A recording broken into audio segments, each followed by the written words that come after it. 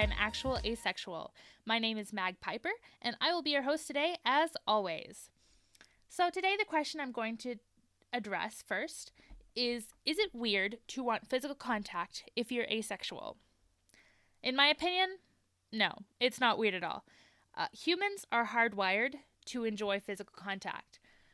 It's just a thing that we need. We pack bond with everything. We pack bond with other humans. We pack bond with pets. We pack bond with Roombas.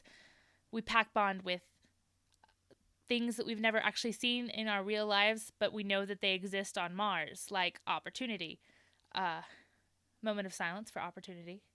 Anyways, we are physical people. We like being touched. We like to touch. It's just the way we are. I personally really love physical contact. It's a huge thing for me. I will throw myself enthusiastically into physical contact if I trust the person that I'm initiating it with. For instance, my sisters, if they're around, like, I am glued to their sides. It's just the way things are. I trust them. I trust them not to hurt me. And so I trust them to be near me as close as possible. And I get a little weird if I don't get physical contact. It's very hard for me to go without physical contact for long periods of time. And it's just, I get weird and grumpy. And Mom's like, "Why are you grumpy?" "'Cause I want cuddles, that's why." I couldn't find any scientific articles for something called touch starvation. But there is an Urban Dictionary entry, so that means that a lot of people experience that. A lot of people feel weird when they're not being touched. I hug my siblings and my mother and my best friend. I'll kiss them on the cheek or I'll hold their hands while we walk, and I sit as close to them on the couch as I can. It's just the way I am. It's the way that I have been raised to be. It's not like I touch everybody though. I really get uncomfortable being touched by strangers. It normally isn't anything indecent. A hand on my shoulder, a hug for no reason, shaking hands. It makes my skin crawl, and I'm trying really hard to be better at that. Um, because I do live in a very physical community. In other words, I live in a retirement community. Everybody is old, and everybody wants to shake your hand or pat your shoulder or whatever. But I'm very uncomfortable with, I guess, non-consensual physical contact, even though it's not really like sexual at all. If I was dating someone, however, I would really have to trust them a lot in order to let them touch me, because dating is weird, and dating does come with the expectation of sexual intimacy, and I'm not down with that. Even if I wasn't asexual, I wouldn't be down with that. Just as like partners, you'd have to be like married.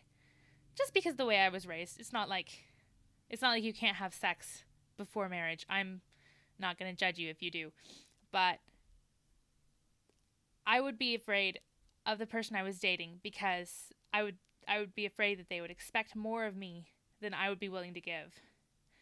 My friends and family would never expect that of me, mainly because that would be weird, but they wouldn't. And dating is weird, okay? Dating is just the weirdest thing ever. So sometimes I hang out on Tinder because I get bored, and what else am I supposed to do?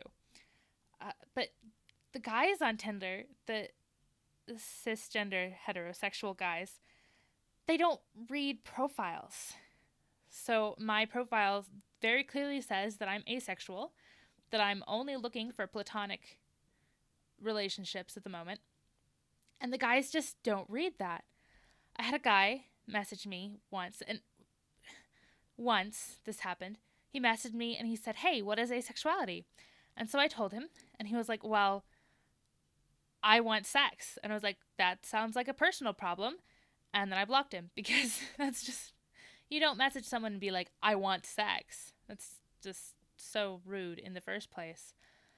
But then I had another guy message me, and I I don't do well with conversations. So I'd send him a fun fact. And he answered with, I am submissive. And for any of you who knows anything about kinks, I guess the word is, that's a BDSM thing. And it's like, why would you message that to somebody who in their profile not only says that they're asexual, but says that they're only looking for platonic relationships? I don't get it. I don't get people who only think with their sexual organs. That just blows my mind completely and totally. But then, so I've got this friend, and they're awesome. They've actually been married for 9 years, and they're asexual. And it's like, I want something like that. I want a relationship where I can be with that person and still be asexual. But it's just kind of hard to find because everybody expects you to be, I guess, sexual. I guess it's like consummating marriage to have sex after you get married. And that's just so old-fashioned. That's like, I don't know, we're in the 21st century, not the 16th. And there were laws, I think, back in ye olden days, where if a couple hadn't consummated their marriage, if something happened, they could really easily be divorced. But like I said, this is the 21st century. You don't have to have sex to be married. Just relationships and dating when you're asexual is kind of odd. I've never dated, and that's for very good reason, because people find out I'm asexual and they're not interested anymore because they're allosexual. And I guess I've never defined this before, but allosexual is someone who experiences sexual attraction. It's kind of the opposite of asexuality. And a lot of people think that asexuality is kind of a new Tumblr trend, which isn't true. The history of asexuality actually goes back all the way to 1869, which is 150 years ago, which is crazy. The word that was used in 1869 was monosexuals, which isn't exactly asexuality, as it mostly only means pleasuring yourself, which is... So I shouldn't try and go around the word masturbation. I just don't like the way the word sounds. So it means, monosexuality means people who only masturbate and not have sex with other people. So it's not really asexuality, but we'll go with it. It was in the same pamphlet that coined the terms heterosexual and homosexual. That's wild, right? I didn't even know that those terms had been around that long. I figured they'd been around longer, but apparently not. In 1948, the designation X was included in the famous Kinsey scale for people who didn't experience sexual attraction at all. You know, because there's one side of the scale is being sexually attracted to females, and the other side of the scale is being attracted to males, and etc. But as far as I know, the first use of the word asexual was actually written in 1969 in the Satanic Bible, which is a crazy fun fact. And if you ever want to weird out somebody who says that asexuality isn't real, you can say that the Satanic Bible says that it is. They will never talk to you again. After that, it's really fascinating how it evolved. From David Bowie mentioning it in a 1974 interview, to the first study with empirical data about asexualities in 1983, to My Life as an Amoeba by Zoe O'Reilly in 1997. And My Life as an Amoeba is actually a really fascinating article, and I loved to read it. In 2001, David J. founded the Asexual Visibility and Education Network, or AVEN, and that was huge. It changed the future of asexuality forever.